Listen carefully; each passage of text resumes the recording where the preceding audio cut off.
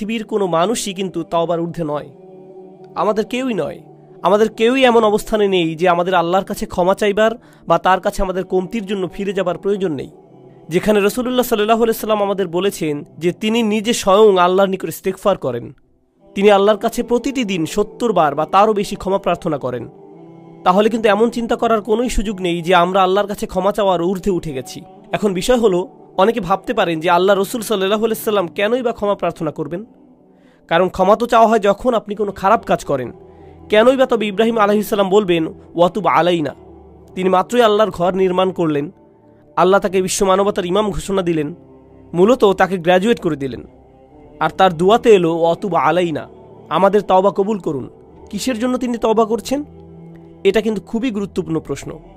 এটা আসলে স্বীকারোক্তি বড় বড় নবীদের আলাইহিমুসসালাতু ওয়াসসালাম, আমাদের নবী সাল্লাল্লাহু আলাইহি সাল্লাম সহ, যে আমাদের অনেক ভুল ত্রুটি আছে যেগুলো সম্পর্কে আমরা জানি যে কেবল ভুল করেছি, আর অনেক ভুলও আছে যেগুলো সম্পর্কে আমাদের কোনো জ্ঞানই নেই। আল্লাহ আমাকে আপনাকে আমাদের নিজেদের চাইতেও ভালো করে জানেন।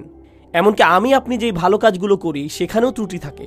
আমি জানি না আমার কাজ ঠিকঠাক মতো হয়েছে কিনা, কিন্তু আমরা সবাই আর কিছুক্ষণের মধ্যে দাঁড়িয়ে যাব, সবাই সালাত আদায় করব, আর সালাতের শেষে আমরা মনে করতে পারি যে আমরা হয়তো আমাদের উদ্দেশ্য পূরণ করতে পেরেছি, সালাতুল জুমায় সালাতের যে অধিকার তা আদায় করেছি। কিন্তু আমাদের প্রত্যেকের হিসেব খাতায় ফেরেশতা কি লিখছেন সেটা আমরা জানি না। আমরা জানি না এই সালাতে আমরা কত নম্বর পেয়েছি, কতটুকু খুশি ছিল তাতে, কতটুকু মনোযোগ আমরা দিয়েছি, কতটুকু ইখলাস ছিল সালাতে, দুপুরের খাবার নিয়ে কতটুকু চিন্তা করেছি, কিংবা অফিসের প্রজেক্ট আর অন্য জিনিস নিয়ে।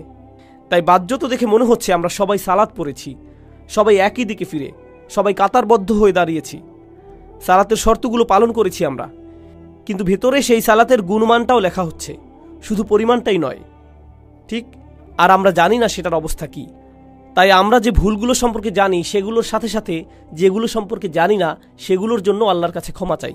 দুটোর সম্মিলিত অবস্থাই হলো এটা। আল্লাহর নবীদের ক্ষেত্রে দেখুন, চিন্তা করুন, আল্লাহ রসুল সাল্লাল্লাহু আলাইহি সাল্লামের চাইতে কে বেশি আল্লাহ আযজা ওয়াজাল্লার দাস হিসেবে তার দিনের সবচেয়ে বেশি খেদমত করতে পারেন? আলাইহিস সালাতু ওয়াসসালাম।